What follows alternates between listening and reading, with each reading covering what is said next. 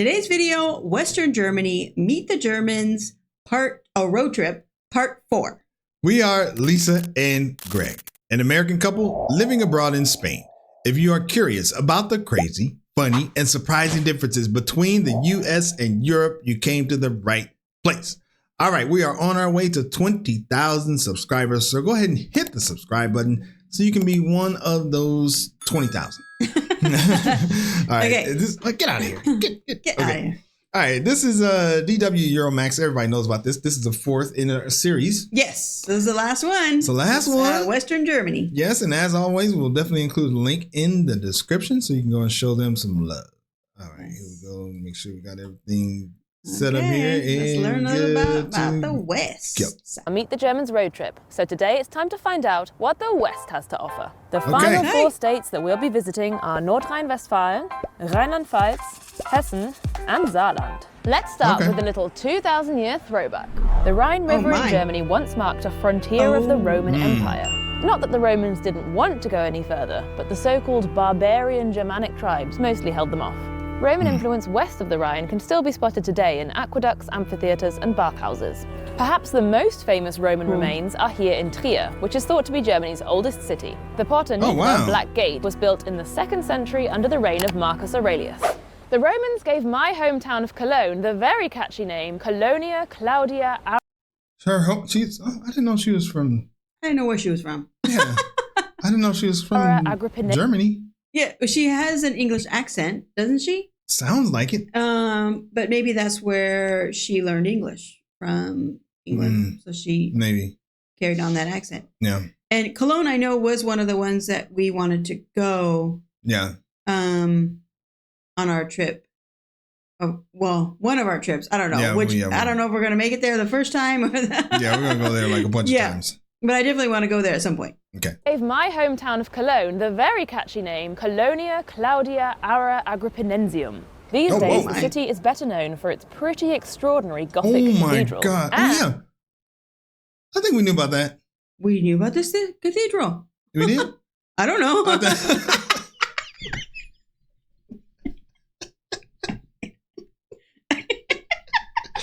I just said we knew, and now I'm like, wait, did we know? I was like,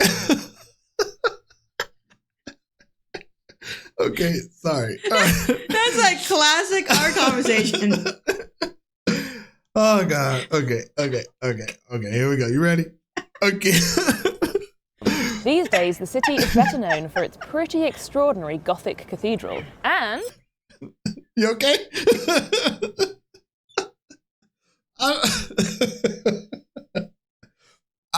It just came out. Okay. Oh no. Ooh, it's hot. Okay. Okay, you ready? Okay. Here we go. We gotta finish the video. Okay, here we go. Karneval. Okay.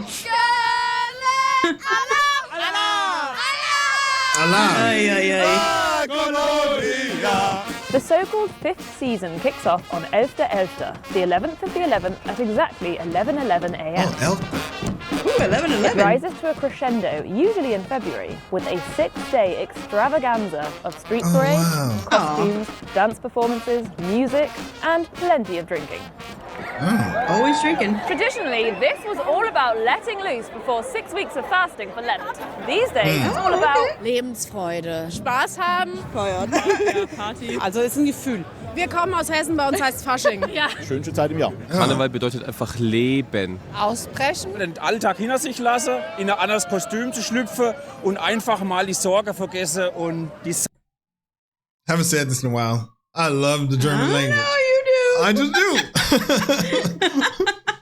Lassen, in ein anderes Kostüm zu schlüpfen und einfach mal die Sorge vergessen und die Sau rauslassen. The people of the Rhineland are often labelled the most open, friendly and party-ready people in Germany. Oh, so no wonder they throw themselves into their Fastelovn festivities.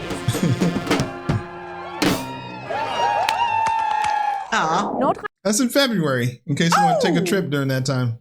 Yeah. Yeah, we can maybe go And there. it didn't look snowy or anything? Yeah, so maybe? Maybe. Okay. North Rhine-Westphalia is Germany's most populous state and accounts for 1/5 of Germany's economic output. Oh, was that the train? Westphalia? Was it on the west side? I think so. I don't think there are very many of those something types. Schwebebahn, I thought. Oh. Maybe, was it Westfalen? I don't remember. Oh, I don't know. North Rhine-Westphalia is Germany's most populous state and accounts for 1/5 of Germany's That looks like it. That looks like it. In case you guys are wondering what we're talking about, we did a side-by-side video of a hanging train. From 1905 to 2015 or something like that. 1902. So, 1902. I keep saying that. Mm-hmm. And that's what it looked like. And I can't imagine there's many of these. I think that's it because it was green like that. I remember. Yeah. And I don't remember. And it went over water like that. So I think that's it. I don't remember the cars looking like that. Is that what you call them? Cars? Yeah, I kind of do. Oh, you do? I thought they were like more modern. North Rhine-Westphalia is Germany's most populous state and accounts for 1/5 of Germany's economic output. These days, the main industries are machinery, electronics, cars, plastics, and chemicals. But the state was heavily shaped by the Industrial Revolution. Are you still laughing from 30 minutes ago? I'm trying really hard to concentrate. That was like yesterday. You still laughing about that? Oh, God. You're like, we do? The people want to enjoy the video. Okay, sorry. I know, I'm trying to enjoy it too. I know. But okay. Okay, go. Do you remember what's happening here? Okay. Not really, but the state was heavily shaped. Okay, we're talking about the Industrial Revolution. Yes. Okay. All right. Cars, plastics, and chemicals. But the state was heavily shaped by the Industrial Revolution, coal mining, and steel production. The Ruhr area, also known as the Ruhrpott or simply the Pot, was one of the most important industrial regions in Europe. The identity of the Bergmann or miner became a huge part of the region's identity. As the industry continued to grow, so-called guest workers were also brought in from other countries to keep up with demand. But by the late 50s, cheaper fuel had hit the market. As coal plants were shut down, the government tried to create alternative employment opportunities, for example in new car factories. Billions of euros have since been poured into regeneration projects in the region, with a focus on education, culture and nature. Many industrial sites have been repurposed for museums and communal spaces, like this park here in Duisburg.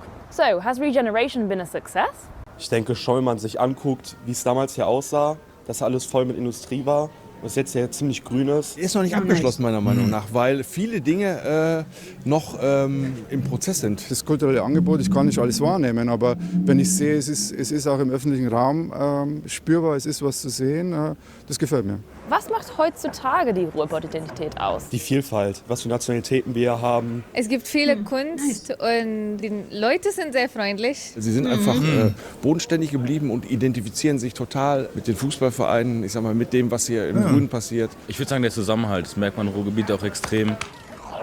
German is usually pretty literal, so I really enjoy the rather cryptic names given to many dishes in this part of the country. Himmel und Erd, heaven and earth, is blood sausage, mashed potato and apple sauce. Halve Hahn, half a chicken, is a rye bread roll with a slab of cheese on top. And what about Blindhuhn, blind chicken? That's a vegetable and bacon stew, duh. What? None of that made sense. Yeah, blind chicken is a vegetable and bacon stew. Yeah. Yeah. And the other one was something about chicken and it had nothing to do with chicken. Yeah. Chicken. That's a vegetable and bacon stew, duh. Herzdrigger is Pfalz dialect for heart pusher, which could refer to the cardiological effect of these meat and potato dumplings, or the fact that locals are particularly fond of this dish. But sometimes the Hessians call a spade a spade. This is the very accurately named grüne Soße, green sauce. To be more exact, it's a sour cream and mixed herb sauce, often served with boiled. Wow. That looks amazing. I know. It has potatoes. To be more exact, it's a sour cream and mixed herb sauce, often served with boiled potatoes and eggs. As a cider lover, I've also been dying to try another Hessian speciality, Ebbelboy, literally apple wine. It's an alcoholic drink made from sour apples, and it's usually served in a jug like this one called a Bembel. How fun. Poor. Not as sweet as the cider I know. I think I could get used to it. Uh-oh. I wonder if this is where the cider festival was. I remember we were doing the South, and I was interested in the cider versus the beer. And I feel like somebody was telling me about the cider festival? The cider festival, and that there is cider, and maybe what they were talking about was the West. Maybe, but I feel like I remember it being one of these 4 also videos, so I think it was somewhere else. Oh, okay. Yeah. Maybe maybe more. There's cider more than more than one place. Yeah. One place. Yeah. Whoa, not as sweet as the cider I know. I think I could get used to it. Viele Leute, die machen sich einen Schuss Mineralwasser rein. Ist ja nicht ganz so stark. Und dann gibt es wieder andere, die machen sich Limonade rein. Lemonade. Das ist aber unter Apfelweintrinkern eigentlich. Apfelwein ist Apple wine. Oh, cool. Verpönt. Something I really like about Germany is that not everything is centred around the capital city. Different industries have hubs in different places. Even political institutions are spread between Berlin and the former West German capital Bonn. And Germany's financial centre is Frankfurt. Frankfurt am Main, to give it its full name, is home to many domestic and foreign banking institutions, as well as the European Central Bank and Germany's largest stock exchange. It has the country's busiest airport and 18 of Germany's 19 skyscrapers, earning it the nickname Manhattan. Incidentally, here the buildings don't scrape the sky, they scratch the clouds, Wolkenkratzer. But beneath the surface of suits and skyscrapers, Frankfurt has an underground claim to fame as one of the birthplaces of techno music. Oh, really? I saw her dancing. Claim to fame as one of the birthplaces of techno music. Hier gab es sehr früh eine sehr komplette, komplexe Szene. Hier gab es die Clubs, aber auch die Produzenten, die Musik. That's true. We have learned that I think Germany was one of the top 3. Oh yeah. Musical country. Yeah. Yeah. Yeah. So. Yeah, it was the U.S., UK, and then Germany. Oh, U.S., Japan, and then Germany. Yeah. Yeah. Okay. Yeah. Good job. Yeah. Eine sehr komplette, komplexe Szene. Hier gab es die Clubs, aber auch die Produzenten, die Musiker, die Labels, Plattenläden und so weiter. Anfang der 80er Jahre gab es vielleicht 5, 6 Städte weltweit, die diesen Status zu der Zeit hatten. Kannst du irgendwie schätzen, warum das hier stattgefunden hat? Einer der Gründe ist mit Sicherheit das Dorian Gray. Also in dem Club lief schon immer das Innovativste vom Innovativen. Der war am Frankfurter Flughafen. Allein der Ort, auch die Fahrt dorthin, er fährt also über die Autobahn. Es ist Nacht und der Flughafen ist nachts beleuchtet gewesen. Man hat ihn schon von weitem so pulsierend gesehen. Man ist dazugefahren und dann runter unter den Flughafen gefahren. Das war eigentlich schon, da ging es schon los, dass man gespürt hat, hier passiert heute Nacht was. Über Frankfurt wird nicht mehr so viel gesprochen. Das hat damit zu tun, dass diese Räume, diese Clubs einfach fehlen. Hier gibt es nicht viel Raum. Deswegen wird in Frankfurt auch in die Höhe gebaut. Und wenn irgendwo ein Raum frei wird, die Mieten sind extrem hoch. Deswegen ist Berlin auch heute wahrscheinlich World Capital of Techno, weil durch den Mauerfall haben sich einfach Räume ergeben. Das heißt, die Leute konnten, ob es alte Lagerhallen waren, alte E-Werke, Gaswerke. Mit diesen Räumen kann man auch erst was Neues entwickeln. Und das haben wir hier leider in der Stadt nicht so. If you need an escape from the city, Hessen also has you covered, quite literally. This state and neighbouring Rhineland-Palatinate are both 42% covered in trees. That makes them Germany's most foresty states and the perfect spot for a fairy tale. Einem reichen Manne, dem wurde seine Frau krank, und als sie fühlte, dass ihr Ende herankam, rief sie ihr ein. Jakob and Wilhelm Grimm, better known as the Brothers Grimm, were born in Hanau in the late 18th century and later moved here to Kassel. They gathered folk stories for their fairy tale collection. Hansel and Gretel, Snow White, Little Red Riding Hood, Cinderella. But we're talking the original gory versions, before Disney toned things down. The brothers also played an important part in the development of the German language. Jakob. Oh, that's right. That's what we just watched. That's what they were talking about. Yeah, Rob Words. Yeah. The brothers also played an important part in the development of the German language. Jakob published a book on German grammar, and the brothers later began working on a very ambitious German dictionary. Sadly, they never made it past the letter F. Wilhelm died in 1859 and Jakob 4 years later. The last entry he completed was for Frohteufel, demon. But other linguists picked up where they left off, and the tome was eventually completed about 100 years later. Wow. Oh, wow. Our next stop is... That'd be a good trivia question. Yeah. Tome was eventually completed about 100 years later. Our next stop is Saarland, the smallest German state, excluding the 3 city-states. Oh. In fact, it's often used as a unit of measurement. Wait, what did she say? Excluding the 3 city-states. City-states. Do you know what those are? Mm-mm. Like what that means even? Oh, what that means? City-states. The smallest German state, excluding the 3 city-states. Oh, no. Maybe somebody can tell us what the 3 city-states are. German state, excluding the 3 city-states. In fact, it's often used as a unit of measurement in the German media. For example, a forest fire affected an area the size of Saarland. For those of you unfamiliar with this unit, it's about the same size as neighbouring Luxembourg. Not all that long ago, this German state used to be essentially independent, with its own constitution, its own flag, and even a very short-lived currency, the Saarmark. Saarland sent its own team to the 1952 Olympic Games and the 1954 Football World Cup qualifiers, where incidentally it was knocked out by West Germany, who went on to win the tournament. This historical curiosity had a lot to do with the region's attractive coal reserves and the 2 world wars. This part of Germany fell under the administration of the League of Nations after World War I. Then it was returned to Germany. Then it was in the French-occupied zone after World War II, when France gave it protectorate status, effectively releasing it from Allied control. But the region's strong connection to Germany remained, and in a 1955 referendum, the people voted to be released from their special arrangement with France. In 1957, they officially joined West Germany. So is this history still visible today?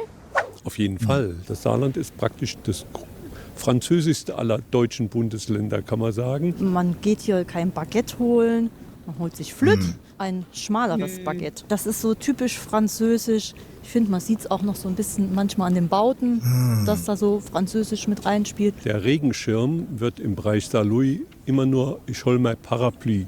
Und das ist im Grunde le Parapluie, der Regenschirm. Wir haben hier eine Sprachgrenze, eine europäische Sprachgrenze zwischen Rheinfränkisch und Moselfränkisch. Und die wird Jive und Trive, wird die auch so gesprochen. Als Franzose hatte ich, meine Muttersprache war Plattdeutsch. Und selbst in Frankreich sind wir manchmal als die Deutsche betrachtet. Also als so Deutsche, verstehen Sie, so Saarfranzose betrachtet. Ne? Man hört das ja auch, dass hier viele Franzosen sind. Ich weiß, dass das halt ganz nah ist, aber ich fühle mich da jetzt überhaupt nicht irgendwie hingezogen oder so.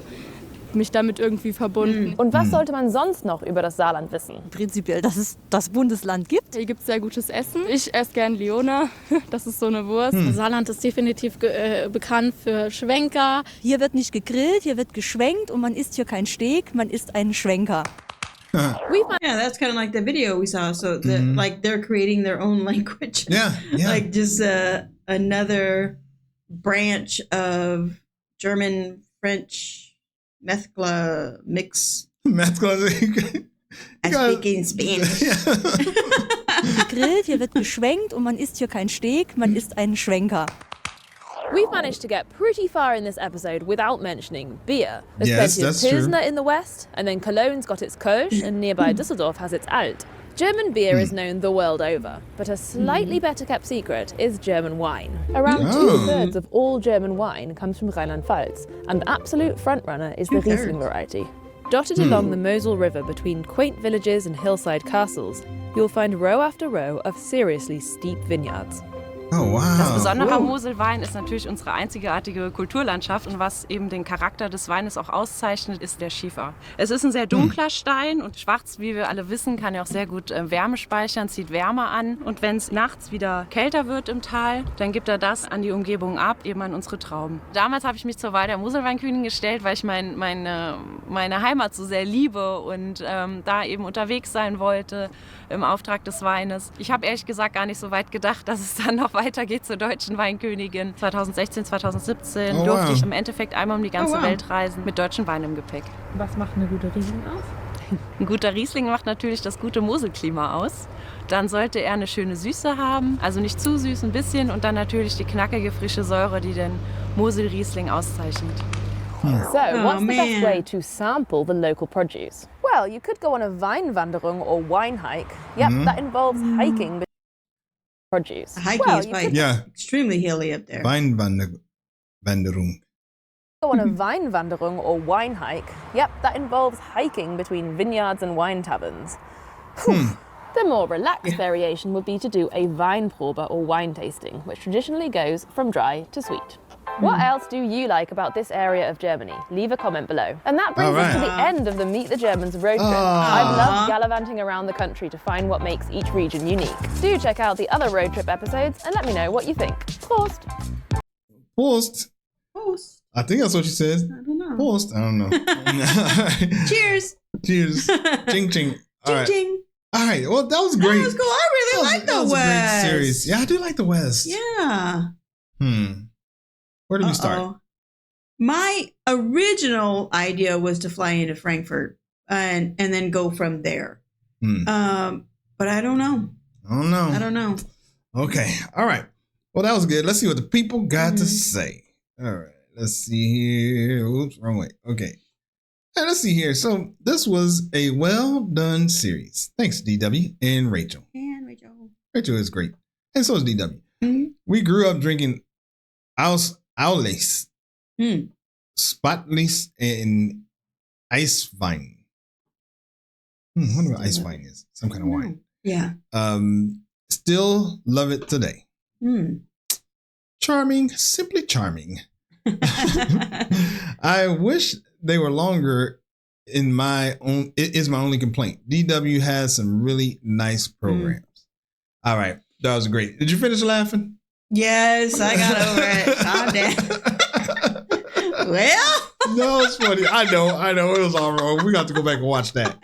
I don't know what happened. All right. Well, if you enjoy the channel and you want to support what we're doing here, we do have a Patreon. We have free options, paid options, and both of those options include our Discord links, where we have a lot of fun over there. So go ahead and be a part of that. Yeah. And as always, thank you for stopping by, and we will see you on the next video. Bye. Peace.